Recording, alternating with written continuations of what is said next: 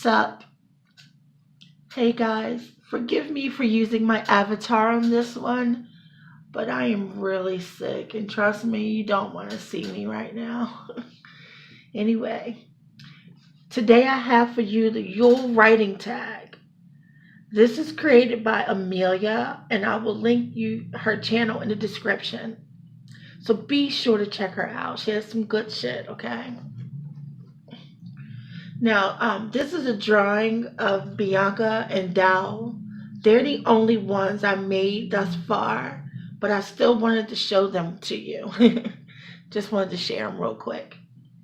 Anyway, moving right along for the Yule writing tag. The rules are pretty simple. Name your work in progress and give a brief description. Number 2, try to use the character only once if you can help it. And 3, share on social media platform of your choice. Obviously, I'm choosing YouTube, but you can do it anywhere. My story doesn't have a title yet, which is highly unusual for me. The working title is The Chronicles of Bianca de Mouton. I absolutely hate that title. So if you guys have any suggestions for me, I am listening. The story is about a human girl named Bianca who accidentally gets enrolled into a school of paranormals. Question number 1, rebirth. Which character gets a clean slate through the course of the story? That will be Chancellor D. If you have ever met a complete and utter asshole who blindly follows the rules and believes that he is always right, then you can understand the kind of person Deed is. But once he truly sees the error of his ways, he does try to do the right thing for the better of all involved. Eventually. Wassel. Whose fruits of labors turn out to be a reward throughout the year? That will be Beauregard Kennedy. Because he is Gorgon, he and the other Gorgon students are really mistreated. In order to even attend school with the others, they have to keep at least 80% of their faces covered at all times. I mean, that is necessary. But the coverings that they are forced to wear are hideous. It's given to them as a reminder to the other students not to look directly at them.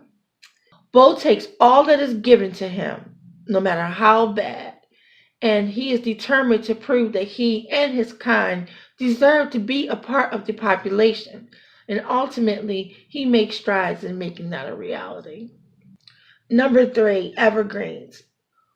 What is the common view of immortality in your setting? Immortality. Well, that will depend on what species you are and what incarnation your immortality manifests.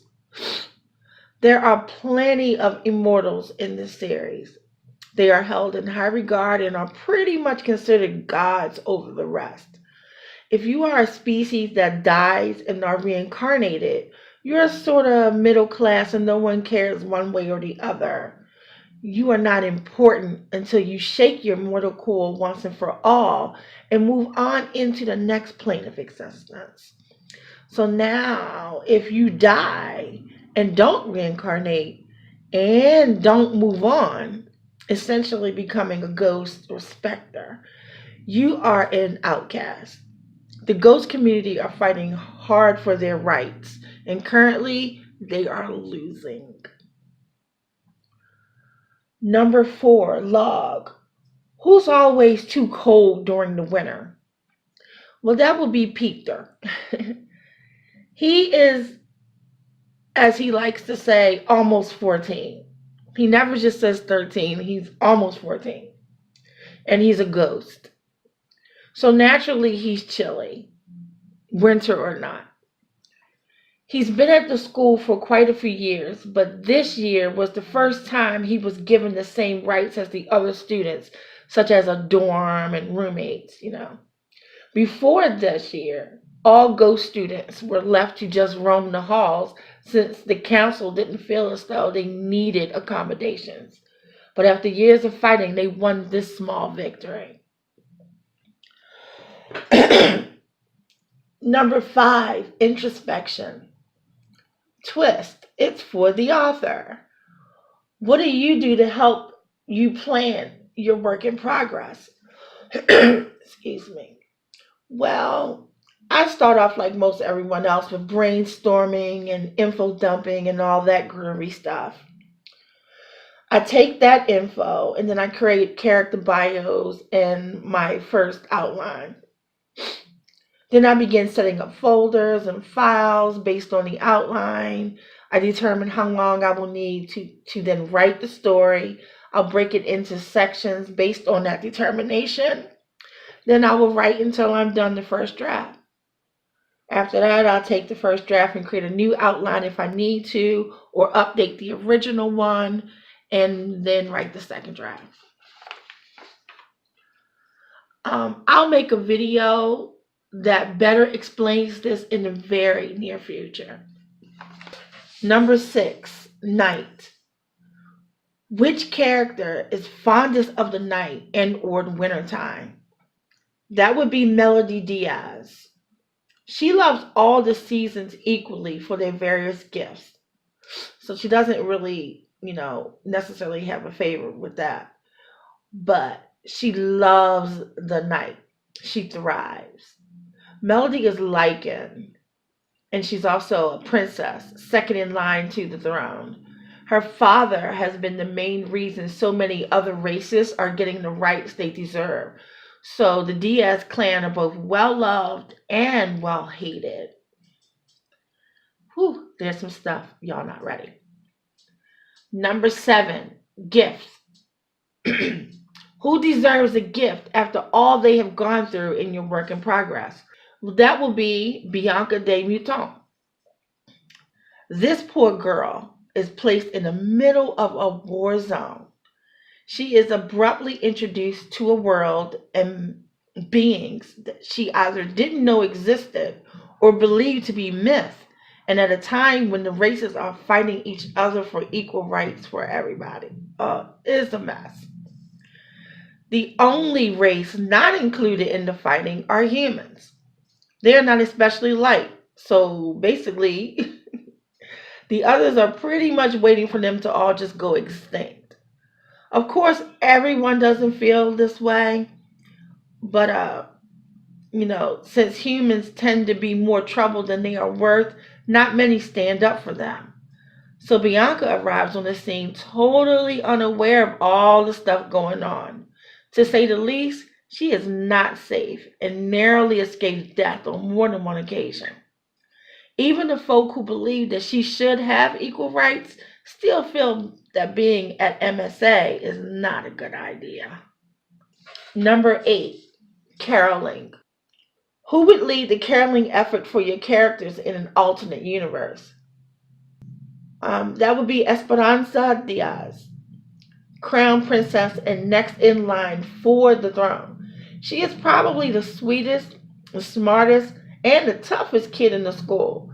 Even though the Lycan are considered top tier of all the races, Esperanza treats everyone equally. She is always fair, and she is fun-loving.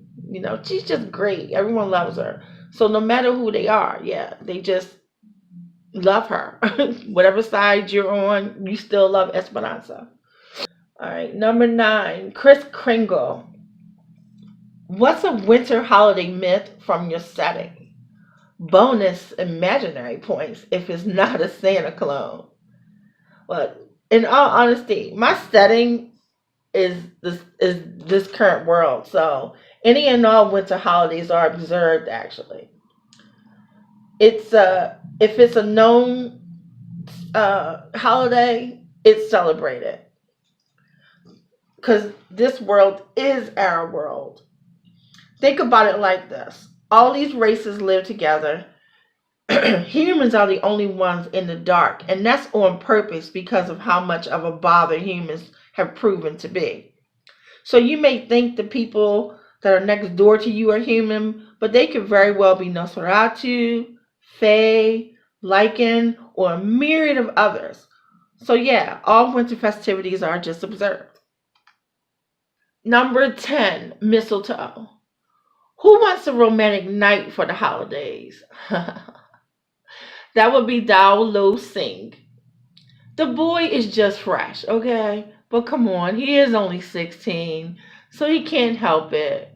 Plus, being Nosferatu, he's a little more amorous than others. His amorous drive is heightened all the more. So yeah, he's going to use mistletoe and anything else he can get to corner someone into some smooching.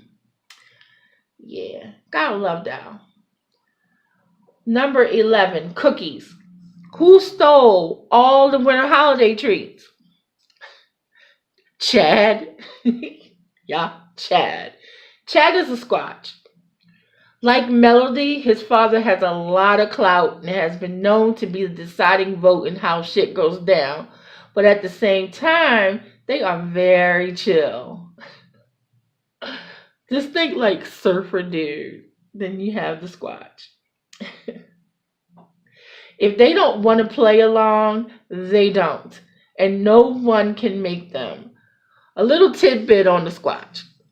Okay, that's not actually what their race is called. But once a group of human Americans, as they are referred to, started referring to them as Sasquatch, they liked it. So they adopted the name and now refuse to share their actual name with others. So they are referred to as Sasquatch Nation, and individuals are just called Squatch, which tickles them to no end. They can really dance too. And their hide and seek game is unrivaled. Number 12, gold.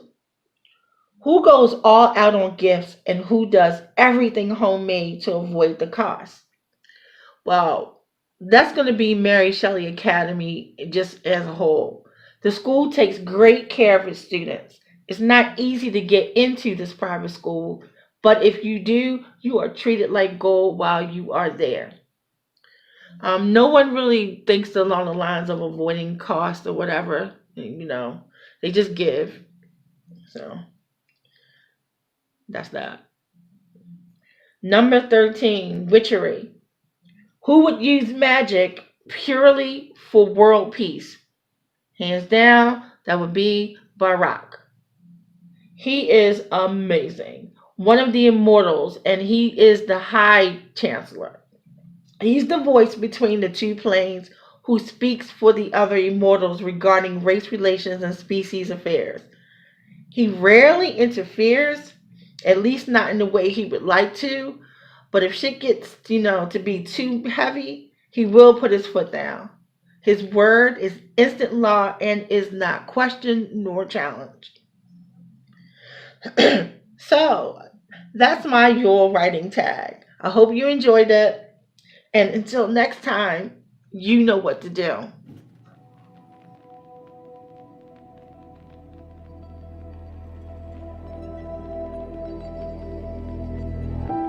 All the roads have left me lost. All the open space leaves me lonely. The constant